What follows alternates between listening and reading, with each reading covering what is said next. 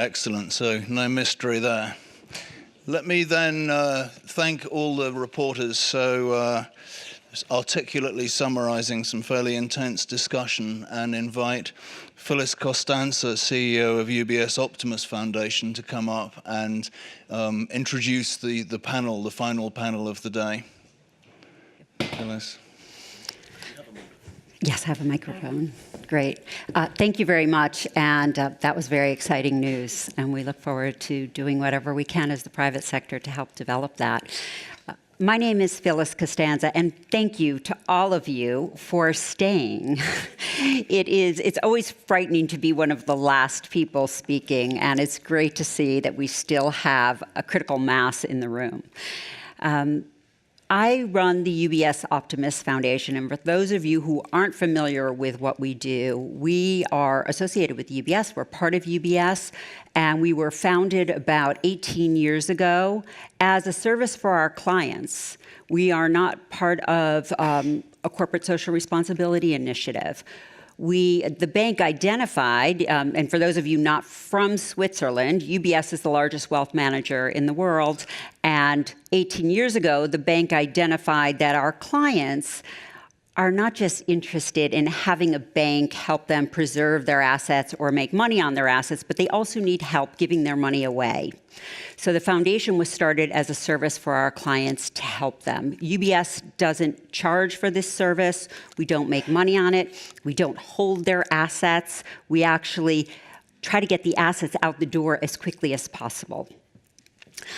So we regularly spend our time trying to convince our client advisors to get their clients to give money away, which is can be challenging in this environment. I have the honor of moderating this session on opportunities and challenges, shifting finance to outcomes-based focus. We heard earlier today why social impact bonds were started. They were started to fix a failure in the system, in the way government was funding programs. Government budgets were being used to address the problem, not to help fund prevention. And that wasn't just true in the UK. I worked in New York state government for many years. I can tell you it's true in New York. I'm sure it's true in Switzerland. It's a global truth. And social impact bonds were designed to do that. It wasn't designed to ensure that wealthy people get rich off of the backs of poor people. It wasn't designed because the private sector does things better than the public sector. None of those issues were relevant when social impact bonds were developed. And then those of us in the development sector thought, wow, this addresses a lot of the issues in the development sector as well: lack of transparency, lack of funding. We need to try to get people to put more funding, individuals as well as governments, but we know, we've heard over and over again, we've got a $2.5 trillion gap to achieve the SDGs. And unless we get more money and better money, we're never going to achieve them. So for those of us in the development sector, we saw this as a way to try to bring in more funding. And today, we will hear from three people who have the authority and work at organizations that have the power to make a huge difference in how development money is spent. And why don't I invite them all up to the stage right now, and I will introduce them. We'll start with Ivo Germann. Ivo is the head of operations for economic development cooperation at SECO. And prior to that, he was the head of the private sector development division at the Swiss Development Finance Institution. And before that, he was an economist at EBRD. Ivo is from Zurich, and he studied here at the University of Zurich. And we are co-hosting, along with the IDB, this conference with him. Thank you very much. We also have Julie Katzman. Julie is the Executive Vice President and COO of the Inter-American Development Bank, which is the largest provider of debt finance to public and private sectors in Latin America and the Caribbean. Her background is actually in the private sector. She worked in private equity until somebody at IDB recognized that she had skills that they may find valuable, and she joined the IDB many years ago. You've been 2009, great. She's extremely well educated. She went to the School of Foreign Service at Georgetown. She got a master's in management from Kellogg at Northwestern.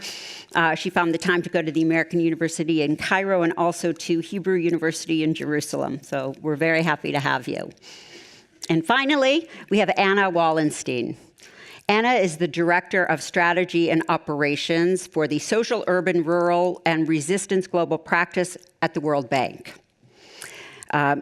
She's responsible for overseeing $25 billion in lending. So Anna is an important person in this discussion. She has the power to influence quite a lot of spending. She also is a diplomat, like the rest of my colleagues up here. She went to the Fletcher School of Law and Diplomacy at Tufts and got her master's degree from Wharton Business School. So I'm very honored to have the three of you up here on the panel. Thank you so much for coming. We have heard today about a lot of great initiatives, the majority of which are reaching fewer than 1,000 beneficiaries. The World Bank and IDB has said recently, and we hear over and over again, that we have to move the conversation from billions to trillions. How do we take these relatively small investments and mainstream them? How do we move from bespoke to a marketplace for outcomes? And I'll open it up to whoever wants to start. I'm happy to. No? Thank you. Hi, so thank you. Thank you for the kind introduction. You know, whenever I hear that lending dollar amount, it makes me nervous. I should go and pay attention. You shouldn't be here. and a deep breath. So it's wonderful to be here, and it's a great opportunity to build this area of new work. So I think some of the things that are really important is that right now it seems to be a new market. It seems to be a really fragmented market for these impact bonds. So part of it is, how do we make it past that stage? How do we get to scale, especially when we talk about social programs? And as we've heard throughout the day, I really strongly agree. There's a lot to do in building that marketplace, being able to match groups that have needs for social projects with investors. I think there is money out there that wants to be invested in these projects. They're positive returns, but how do we make those deals possible? I think a big part of that is really learning to build those programs that are bankable. And I say bankable because they're solid, they're well structured. It's clear that they have a pathway forward, and they're ones that are going to, with some degree of certainty, succeed in the end. Those are the ones to invest in. And I think in that case, the MDBs, all of us here, have a big role to play in continuing to work with government to build those broader social programs. Because especially on the social program side, there's even less of these projects well designed that the private sector can invest in. We're used to doing it with infrastructure all the time, but on social programs, much less. So what role can we play in sort of building out that area of work? I think there's also a lot to learn. And so I really, really appreciate events like today, because these have been more isolated transactions. And so the sooner we get together and the sooner and faster we learn from each other, the better they can scale. Great. So I think about this in kind of like, what are the bottlenecks to getting that to happen? And one of them, maybe it's not a bottleneck, but it's getting government, people in government, to first say, okay, pay for success is, I want more of my budget to go that way. And so there's a big piece of this that is taking the results of the disparate experiences that have been described today and the rest of them out there that are with 500 or 1,000 beneficiaries, and effectively creating the communications around those that can be used to say to government at the municipal level, at the state level, and at the federal level, look, this is how you can improve the use of your budgetary resources. And you know, I think if you put it in the macro context, pretty much every country around the world has pretty substantial fiscal constraints. And when you can make the case that their money can go further, you can get into a much more interesting conversation. And so while all of these are small today, it's on the backs of those smaller experiences that you can go from 500 in Colombia to 5,000. And once you've gone to 5,000, thinking about 50,000 isn't that hard. Now, but at the same time, bureaucracies love to do the same thing over and over again. And in fact, procurement rules in various countries actually prohibit units of government from contracting with startups, for example. And in each one of these cases, there have been people testing new methodologies, right? And they are startups. So there are also pieces that we have to go at in terms of the environment that government acts in. I was at a meeting probably 24 months ago where the Obama administration had a big focus on moving as much of procurement in the US as they could toward results-based financing. And in 7 years, that was 1% of the US budget. But 1% of the budget is a real big number, right? And if you could use these experiences to actually talk to ministers of finance to say, okay, let's target that. And let's use these experiences across these 3 ministries only, then I think you really could begin to make big shifts and start to create those marketplaces around various verticals. Yeah. It's interesting that you talk about an event at with the Obama administration. What we've seen is also that outcomes-based funding crosses political lines. Who could argue against funding things that work as opposed to not knowing? It's not logical. So that's the good news about this. From a Swiss perspective, what have you seen as the key obstacles to really being able to do this at scale? Yeah, well, thank you, and it's great to be here, and thank you for staying also from our side. It's great to see that after 4 o'clock people are still interested in the topic. So that they're awake too. Absolutely. So, well, from our perspective, I mean, maybe we were mad, investing, say, 2 million in this specific first social impact bond for, as you said, 500 beneficiaries being integrated in a marketplace and getting a job and keeping a job. But with these ingredients, I think it cannot be overemphasized the fact that we're leading to this kind of mindset shift towards an outcome focus. We will not achieve this with one transaction. I talked to the colleagues involved in this transaction. I said, well, we are financing 3. Hopefully the next one will be this. We'll see this move from 500 to 1,000, 1,500, 2,000. The answer was no. The second one will most likely be 500 again. So we'll need to learn over time. We'll need to get the practice right. We've heard today we need to get the pricing right. There's scarcity of data there. There's need for standardization. There's need to learn on what works, on what doesn't work. And aren't these exactly the kind of public goods that we as donors are supposed to finance? We heard that we want to see a new asset class. And that's exactly when we think and we become excited and we put money on the table and say, okay, well, if there's the potential for a new asset class, if there's the potential for new money coming in. We can later discuss whether it's additional money or whether it's just putting the money to the best use by bringing together the incentive schemes. If there are these high upfront costs, we get excited and then we say, okay, we do this financing. Obviously, over time, through repeat transaction, we'll need to see that shift. In the Colombian case, we see a potential within Colombia. But as we saw in the communications and mobile money space, I think it might be very difficult to just take that example, then apply it in other countries because it's very context specific. And there comes in the Global Outcomes Fund. I think this pooling of resources that could be a solution to overcome these hurdles and these barriers that you talked about. So maybe that's one thing to address what Toby said, working at a market level that really could unlock a huge potential. So it's all about potential. And in SECO, we did this shift to an outcomes mindset a few years ago. Now we're working, we have defined so-called outcome targets. So all we do needs to contribute to outcomes such as strong and effective institutions, so the public side, or more and better jobs. And if a social impact bond can contribute to such outcome objectives, then I think then we are ready to go and see, and hopefully see that it works. Please.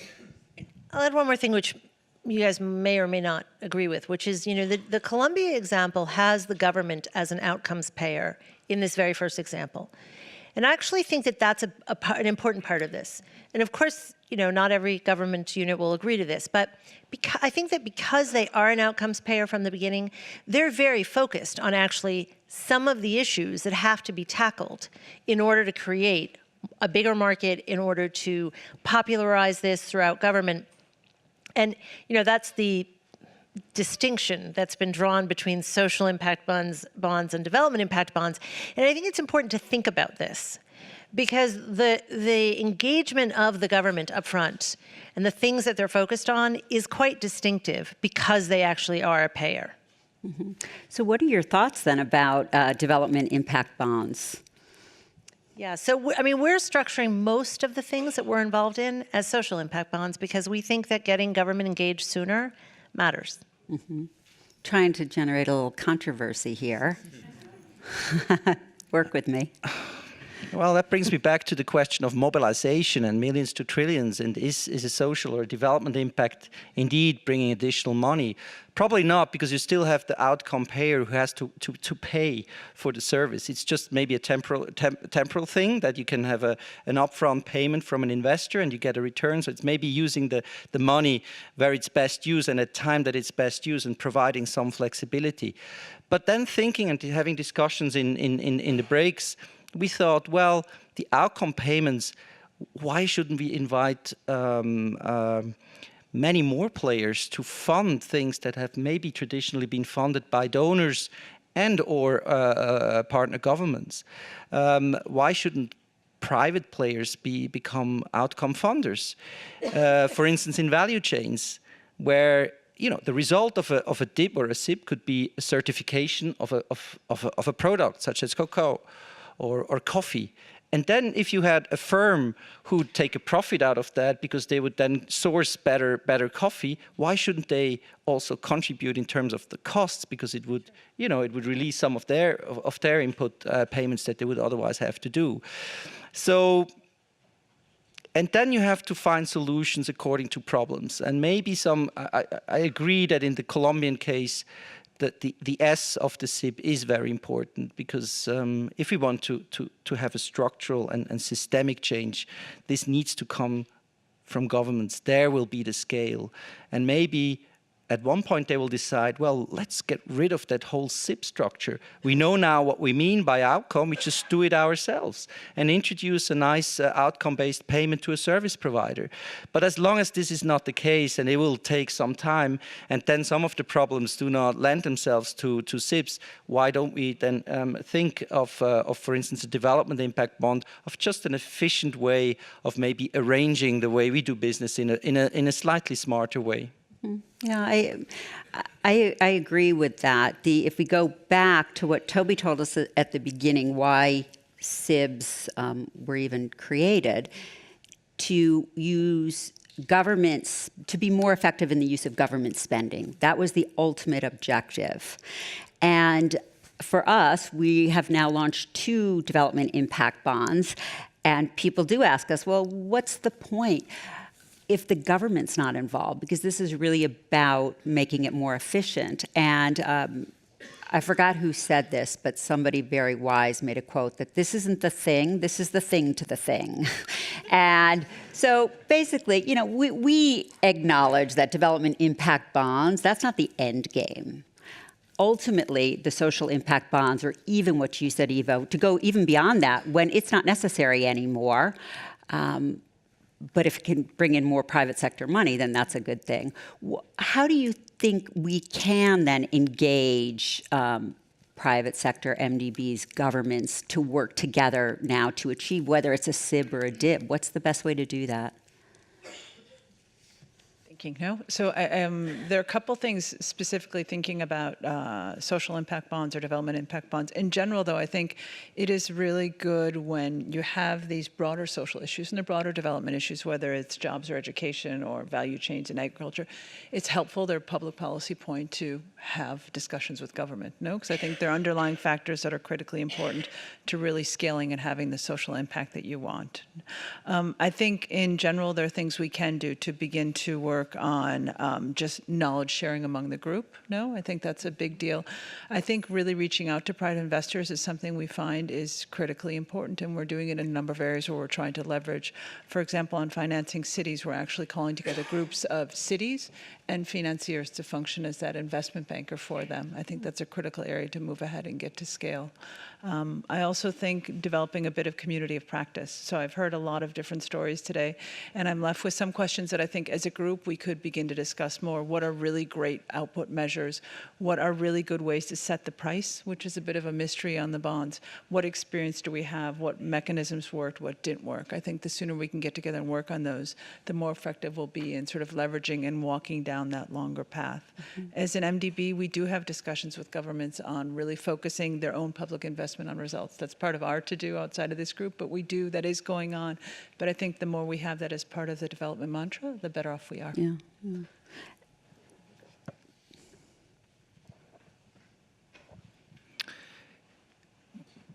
Every partnership should include the beneficiary and the intermediary. So that in that sense, the beneficiary, I think that the whole accountability dimension is key.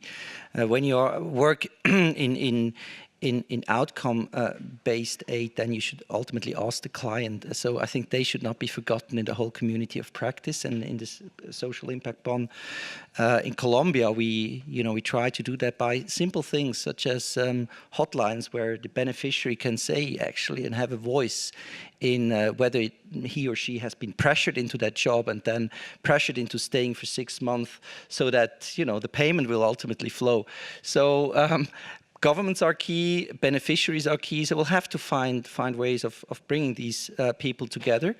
I think, yes, data and transparency is important.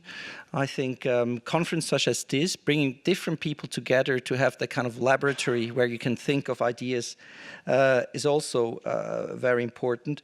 We saw in one of the sessions a roadmap document was being discussed, so thinking already now of the next level, how to test new partnership, share resources. I think one takeaway from myself of these several days we had discussions now was it opens up new ways of doing business. I share data that I would never have shared. Not me, but that was a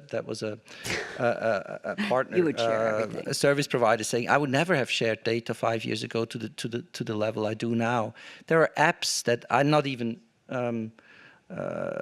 having the intellectual property right. I depend on partners. So partnerships, we heard today as well that a partnership is not a partnership if you don't change.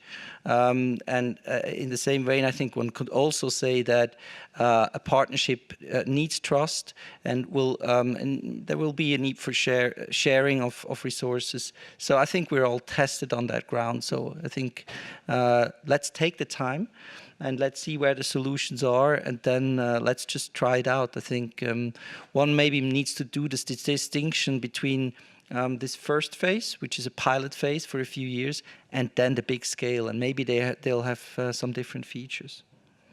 And maybe one last thought on how this collaboration could evolve in the future.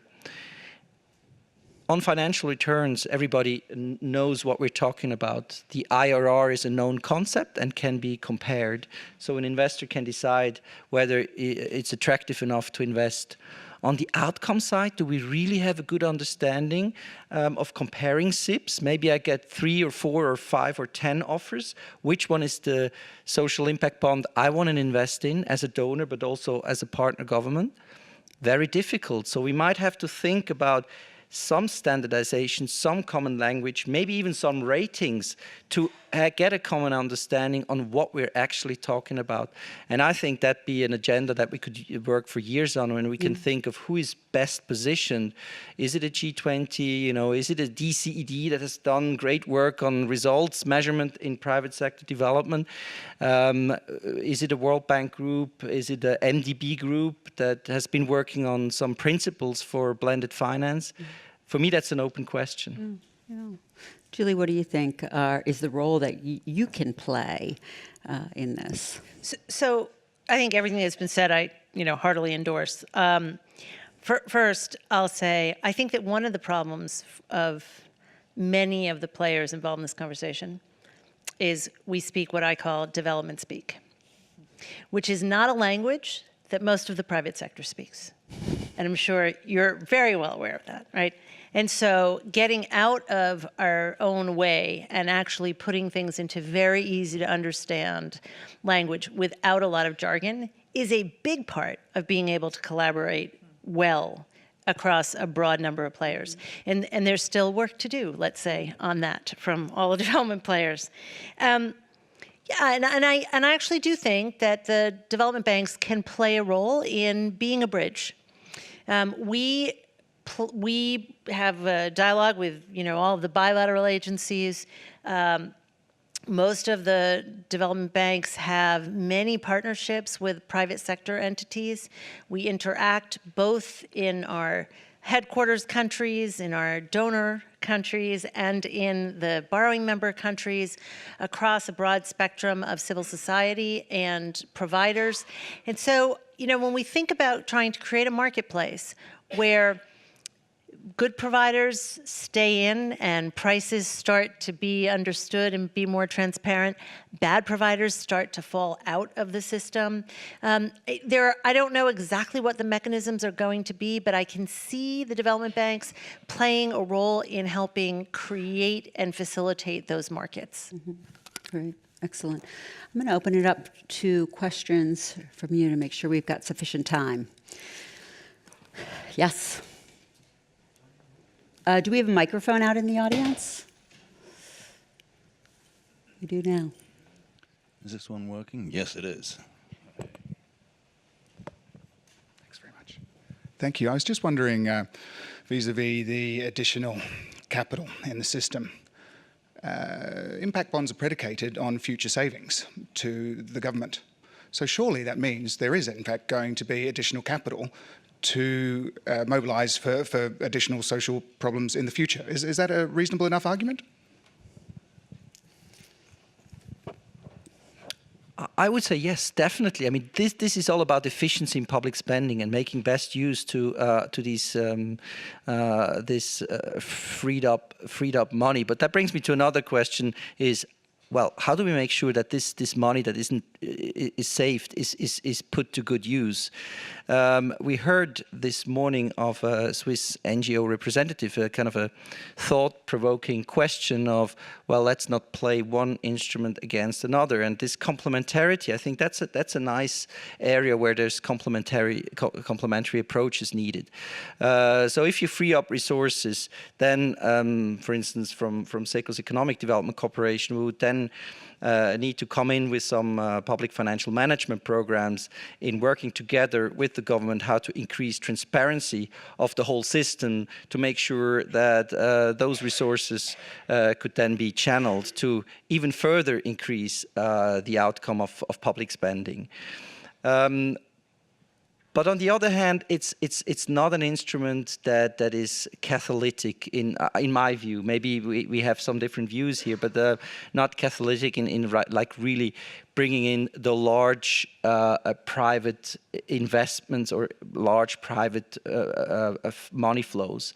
I think there may be other instruments in the blending space are maybe better suited. But again, as I learned today, you can have a kind of a multi-tier structure within such a development impact bond.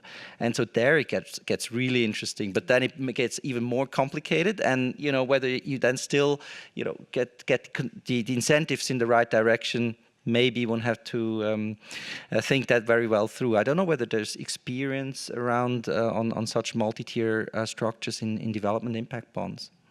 We're turning the tables. Does anybody have an answer to that question? Yeah? Toby.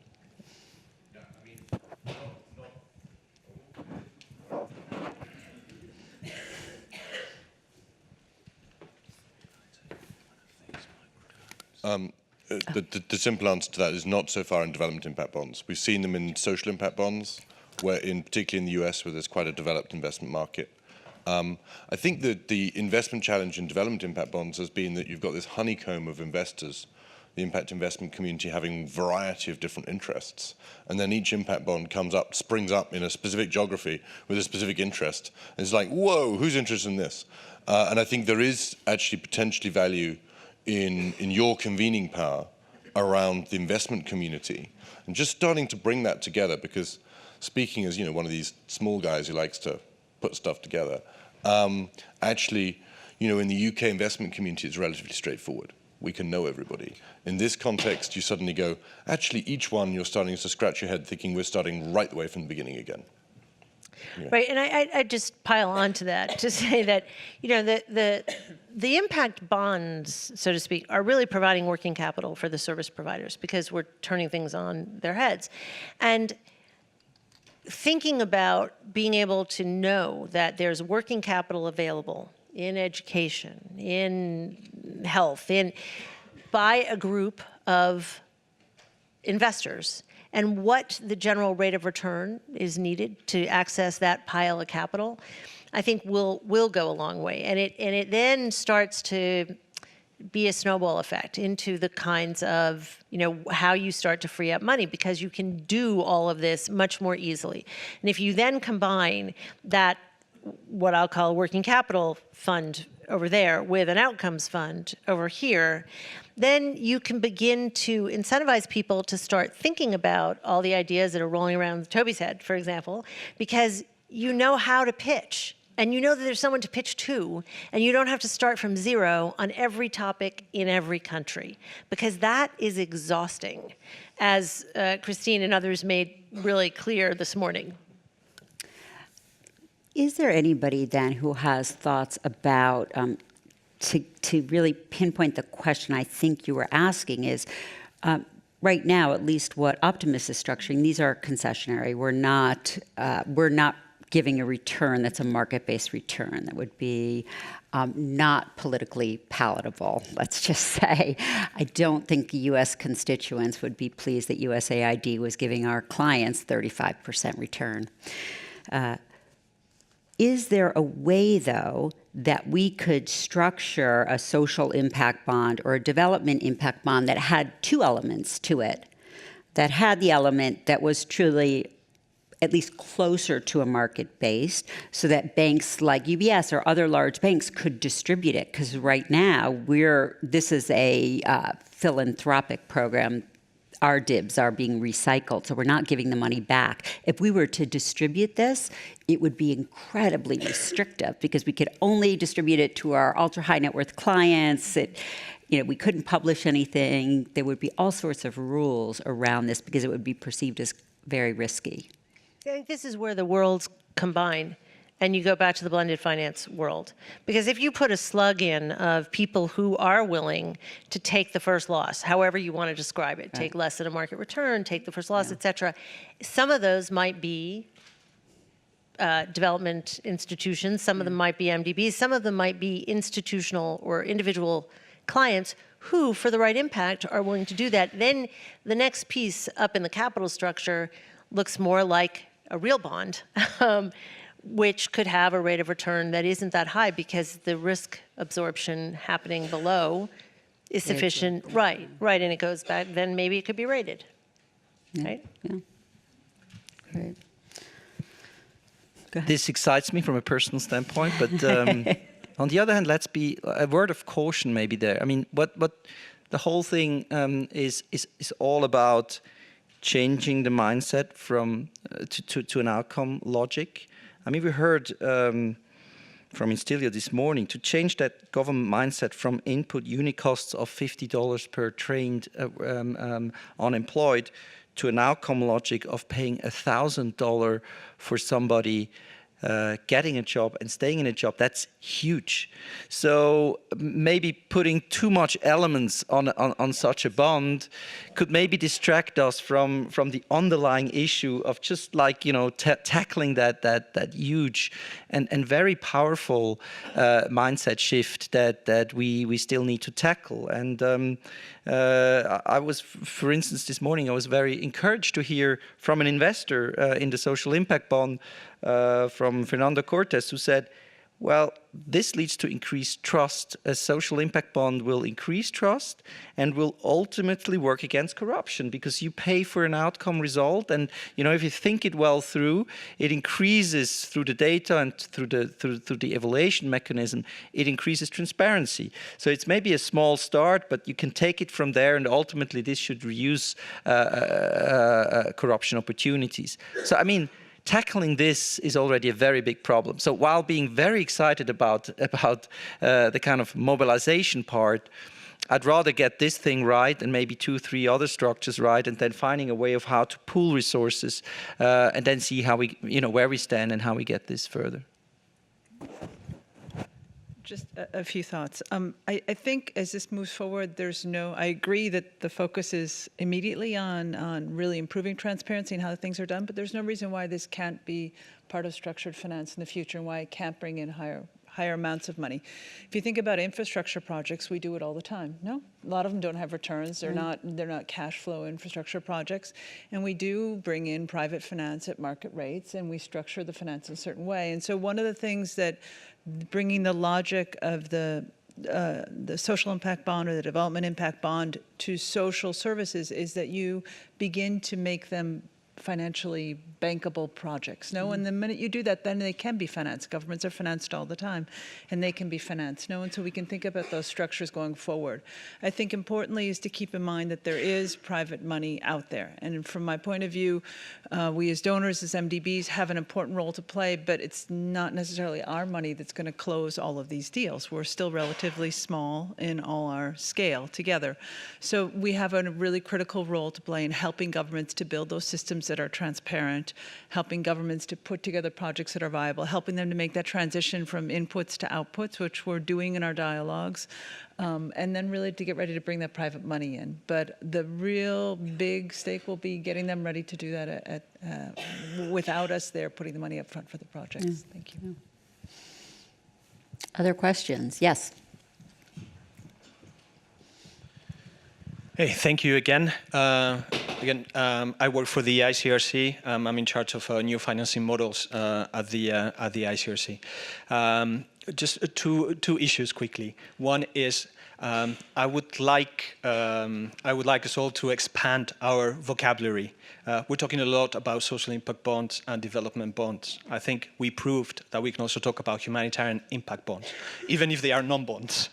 But what we're trying to say is that we can bring private capital with financial models into humanitarian settings. And by humanitarian settings, we mean environments where you have conflict or frozen conflict or protracted conflict or post-conflict. Okay, they are different from development settings, and there's a big deficit in terms of private capital going into these environments. That's one point, and I think it's hugely important, because the needs that are going unmet in humanitarian environments, they're huge. In addition to that, if I may very briefly, is that when you talk about sustainable development goals, if you don't take into account humanitarian settings, they will never be met. Okay, so that's one thing. The second is that in our perspective, and of course we are exploring many things, but we already have 1 or 2 things in the bag, is that when you talk about new financing models, we see 3 main buckets. One is around innovative financing mechanisms. That's impact bonds or contingent financing mechanisms, or advanced market commitments, like Gavi has used, for example. That would be one bucket. Another bucket would be around financial inclusion, meaning access to financial services for the people we care for. And a third, in between, actually, as a matter of fact, would be around innovative fundraising, venture philanthropy, crowdfunding, and the like, which can actually act, as Phyllis, I think, was saying in a way just a few minutes ago, as a bridge or as an enabler for other financial instruments to work. So there's a whole world of things out there that can be, of tools that can be used. Thank you. We will talk more about humanitarian impact bonds. I'm never going to neglect that again. Thank you for bringing it to our attention. Yes. Does anybody else want to comment on the comment? No. Okay. Thank you. Hi, Emily Gustafson-Wright from the Brookings Institution. So my question is for Anna. I guess it would be interesting to think about this kind of in the broader context of other results-based financing mechanisms that are being used, for example, P4R at the bank, and maybe you could talk a little bit about that. Happy to. So the World Bank has been experimenting for some time on results-based financing. So we're new into impact bonds, but it's been something we've been working on for quite some time. We formed GPOBA, which does output-based support for projects to close mainly infrastructure, but also health and social services, grant-based to close investments. And that's been going on since 2007. I'm looking for my colleague here, and they're active in 28 countries. 2003, thank you, 2003. And in 2012, that's a grant-based instrument. In 2012, we launched Program for Results as one of our mainstream lending instruments. And in these cases, we agree on overall programs with government across any number of sectors. And we look at how the program is developed, structured, what's the theory of change behind getting to the results, and we agree on specific results.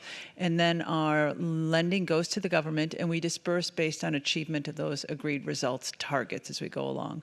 We're up to 78 projects, and there's about 20 billion worldwide in lending along those lines. So it is going on. The discussions are going on with government. We don't track inputs, but we do look at the systems around which those inputs will flow out. So we do get some level of assurance that we're comfortable with how they procure, how they're going to manage the money, that they comply with an environment and social safeguards. And I think those are important points. The results and the impacts are completely what we want to get to, but it is important at the same time to check those things, because the way the inputs go out the door can go very wrong. You can still get to the results, and a lot of messy stuff can happen along the way. So we do a check that the systems are in place, and we spot check as they go along that things are being implemented in a way that is to the standards that I think we would all agree are important. But we are having impacts, so there are mainstream impacts. What we don't have there is the private money coming in, and that's really something I think that's interesting for the amount of funds that can come in, and also at a broader sense for the engagement in the development process. Be careful what you wish for. I was reading a report on how the Optimus Foundation was engaging in the development impact bond in Rajasthan on maternal and newborn health.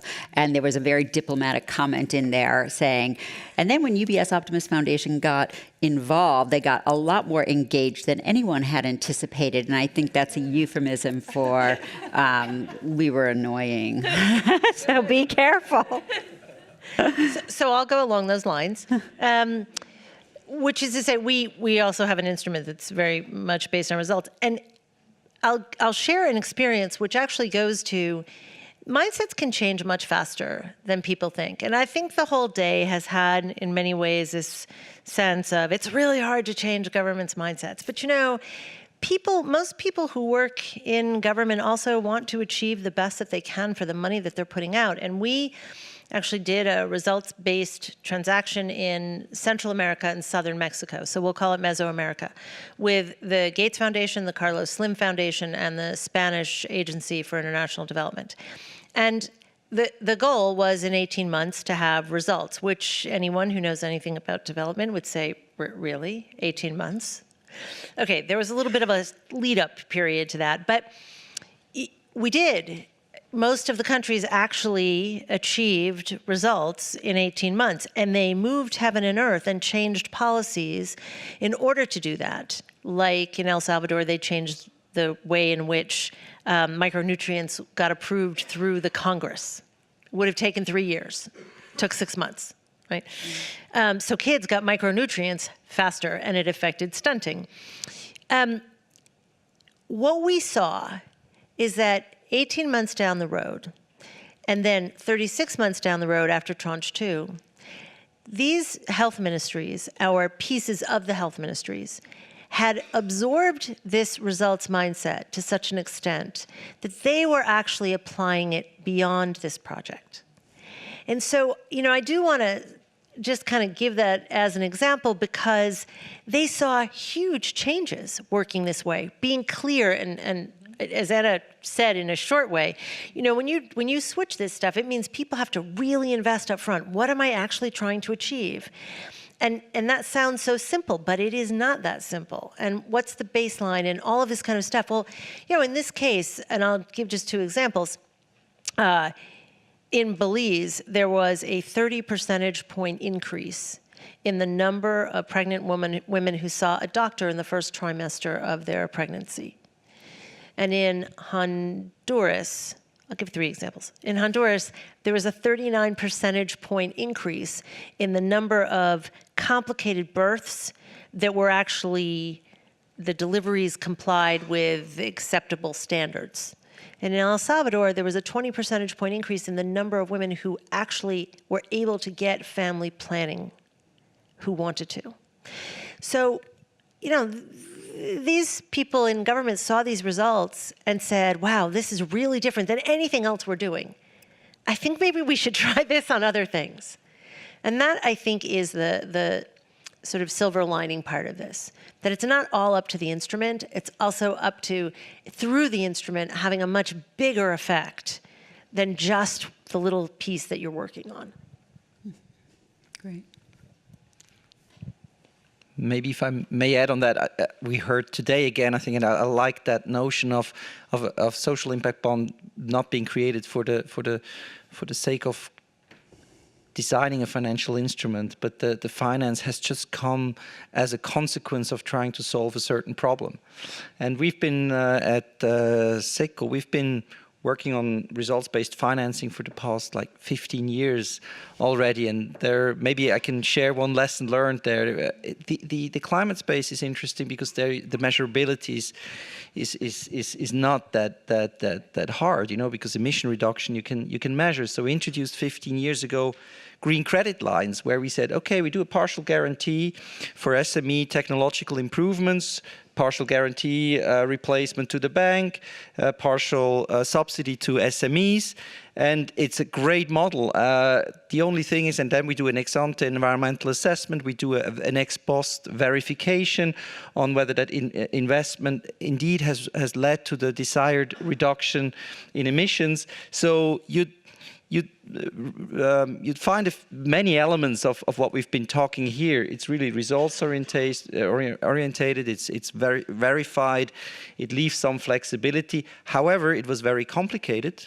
First, second, incentives were not always maybe addressed in the right way. If a bank for an SME always requires 100% security, and then it's just not the SME providing the security, but a partner or a donor, why should that lead to this desired change in behavior of banks of now going out and lending to all SMEs?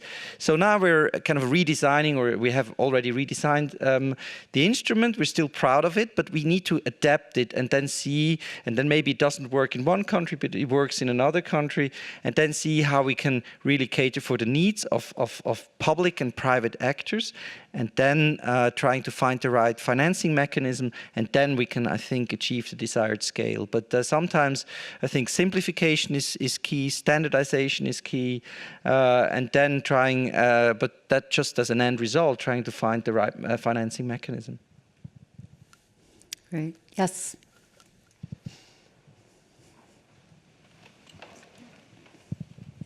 Thank you.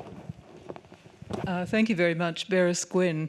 I've been working in Geneva for a number of years now and have recently been involved with several groups that are looking at impact investing as a pathway for sustainable development. It was said this morning that the language we used is really important and it frames how we think through the rest of the day, I think was the quote. And I wonder whether we are not limiting ourselves in an extraordinary way by seeing impact bonds or social impact bonds in the context of aid. Because the aid paradigm is about north-south, donor-recipient, powerful, less powerful, and it ignores the fact that there are very many countries in the world that are fragile but are not aid recipients. And there are other countries in the world that are post-conflict that are now no longer receiving aid but are teetering on the brink of returning to resumptions of violence. So I'd like to ask whether it's not possible that the learning that has begun in the context of aid programs could not now begin to be used about what we might just call economic cooperation, where it is about not going to a business partner with an aid proposition, but going to a business partner with a viable case for business, which just happens to have social impact. Because it could be water and sanitation, it could be health, it could be education delivery, it could be infrastructure. What I'm seeing is the need for us to look at what mainstream economic activity consists of and start testing what the transformational agenda is there, rather than trying to revolutionize the aid spend, which is the tiniest part of global financial flows. Thank you. Thank you. Does anybody want to comment on that? Yeah, there's a lot there.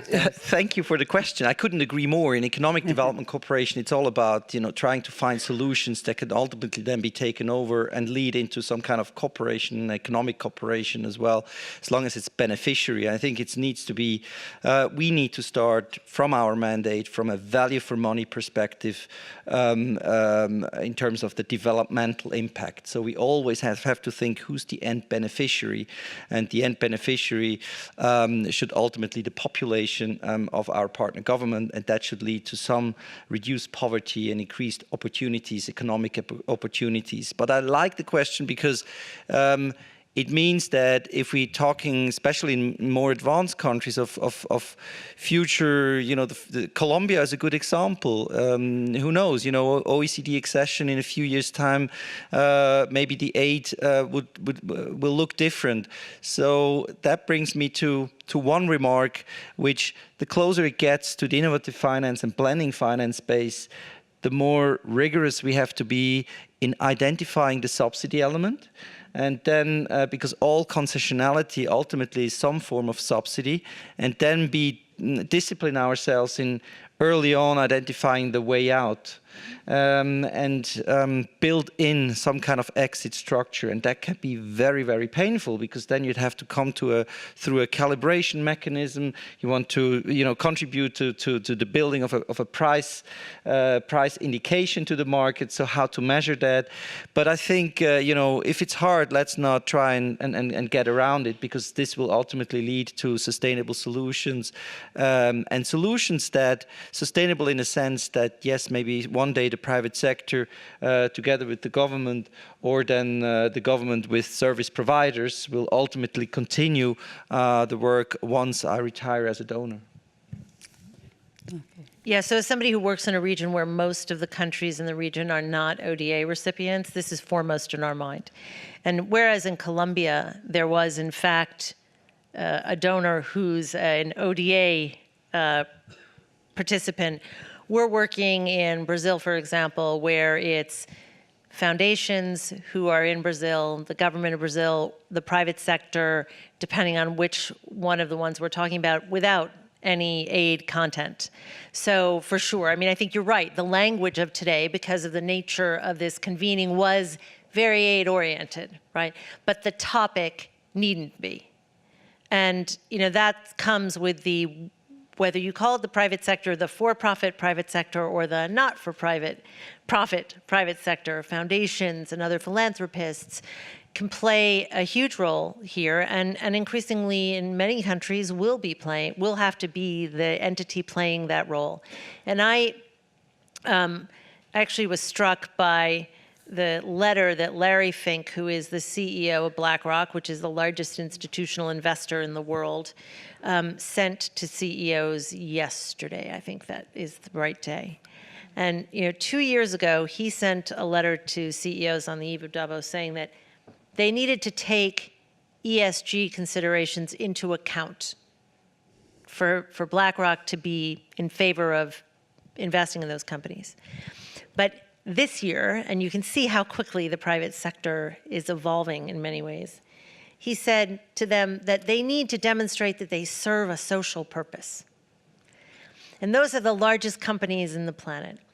And if the largest institutional investor on the planet is saying to the largest companies on the planet that you need to demonstrate that you're serving a social purpose, then I think we can guess that there will be more support available from the private sector going forward to address many of these themes.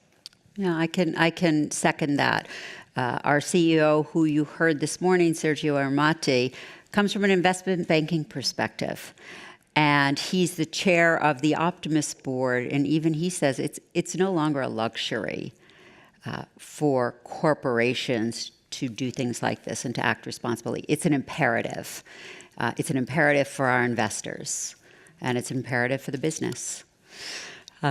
Would you like to? And then there's one more question back there, and we'll conclude. So go ahead. Just to complement a little from the country partnership perspective, many of the countries we work with now are borrowers of the World Bank, contributors to World Bank projects, contributors to aid in other countries. And just off the top of my head, the easy ones, Colombia is one, Mexico, India, China, the list goes on. So that relationship of North-South, in my mind, it's broken down, no? So it's one that's shifting a lot, and it should be shifting throughout our work.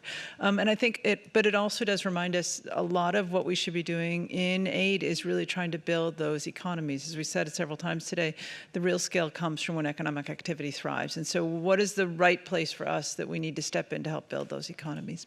Thank you. Great, thank you. Final question in the back.